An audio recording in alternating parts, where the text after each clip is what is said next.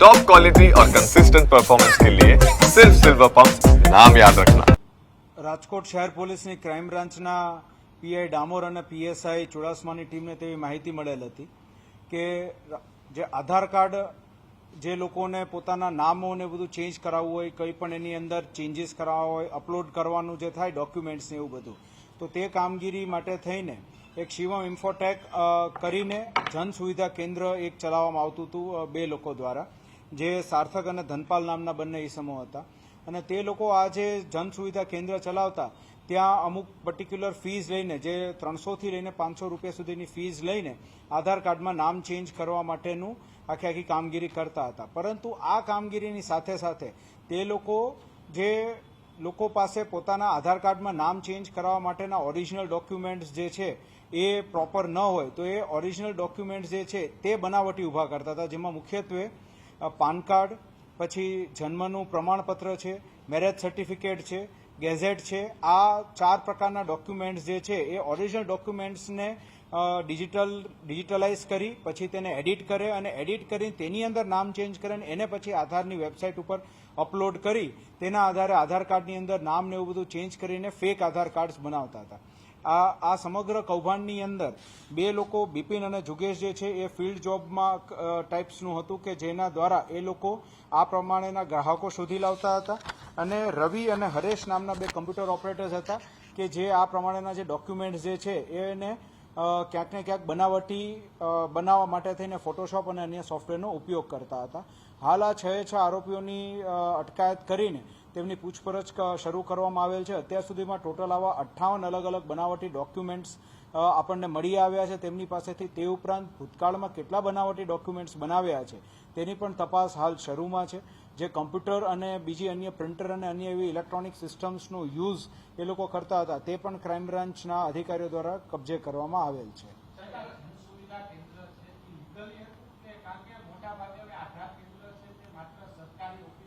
એ લોકો આ જન સુવિધા કેન્દ્ર જે છે ઓથોરાઇઝ રીતે ચલાવતા હતા અને એની અંદર જેન્યુઇન કામ પણ થતું હતું ને એની સાથે સાથે આ પ્રમાણેનું આખું બનાવટી દસ્તાવેજોનો ઉપયોગ કરી બનાવટી આધાર કાર્ડ બનાવવાનું પણ તે લોકો કામ કરતા હતા.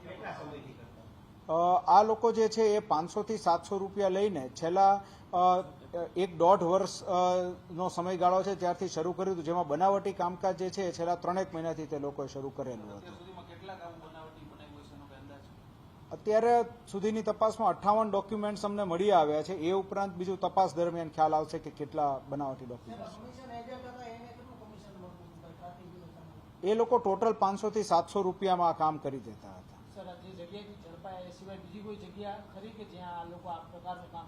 એ હવે તપાસનો વિષય છે કે અન્ય કોઈ જગ્યાએ કરતા કોઈ એમની બીજી બ્રાન્ચ ઓફિસ છે કે કેમ, એ આગળની તપાસમાં આપણને ખ્યાલ આવશે. આ જે છે એ પૈસા કમાવા માટે થઈને, કારણ કે કોઈ પણ સામાન્ય નાગરિક છે, આમ જોવા જાવ તો તમે આધારની વેબસાઇટ ઉપર તમારા પોતાના નામની અંદર કે એડ્રેસમાં કંઈ પણ ચેન્જીસ કરાવવા હોય તેના જે ઓથોરાઇઝ ડોક્યુમેન્ટ્સ છે, ડીજી લોકર છે, એ બધાનો યુઝ કરીને તમે ડોક્યુમેન્ટ્સ અપલોડ કરી કોઈ પણ નાગરિક 50 રૂપિયામાં કામ કરી શકે છે. પરંતુ ઘણા લોકો આ વસ્તુ એમને ફાવતી ન હોય એટલે આ લોકો એમને મદદ કરતા અને પછી એના 10 ગણા રૂપિયા એ લોકો એમની પાસેથી લેતા અને પૈસા કમાતા હતા.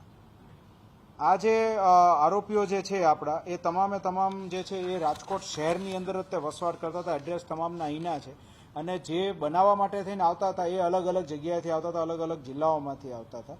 કોઈને પોતાના સરકારી ડોક્યુમેન્ટ્સ જે કંઈ પણ અપલોડ કરવાના હોય તે ઘણીવાર એવું થતું હોય કે નામ ચેન્જ કરવું હોય તો જે સરકારી ડોક્યુમેન્ટ તમારે એમાં અપલોડ કરવા હોય એમાં પણ અમુક ચેન્જીસ તમારે કરાવવા પડે. ત્યારબાદ એ ચેન્જ થયેલું નામ હોય એ તમે અહીંયા આધાર કેન્દ્રમાં આપો પછી આધાર કાર્ડમાં ચેન્જ થાય. તો એ જે સરકારી ડોક્યુમેન્ટ્સમાં ચેન્જ કરવાના હોય એ આ લોકો બનાવટી રીતે કરી નાખતા હતા, ઓથોરાઇઝ રીતે નહોતા કરતા. બનાવટી રીતે કરાવીને પછી આધાર કાર્ડની અંદર નામ ચેન્જ કરી આપતા હતા.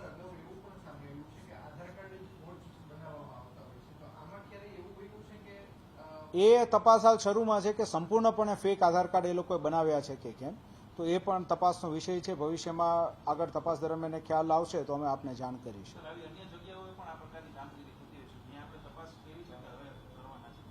અમને બાતમી મળશે અને આપ સૌ લોકોનો સહકાર મળશે અને જનતા તરફથી કોઈ એવી માહિતી મળશે તો 100% ત્યાં પણ રેડ કરીશું. હાલ આ 6 આરોપીઓ છે. આગળ તપાસમાં બીજા કોઈ આરોપીના નામ ખુલશે તો તેઓની પણ સામે કાયદેસરની કાર્યવાહી કરીશું.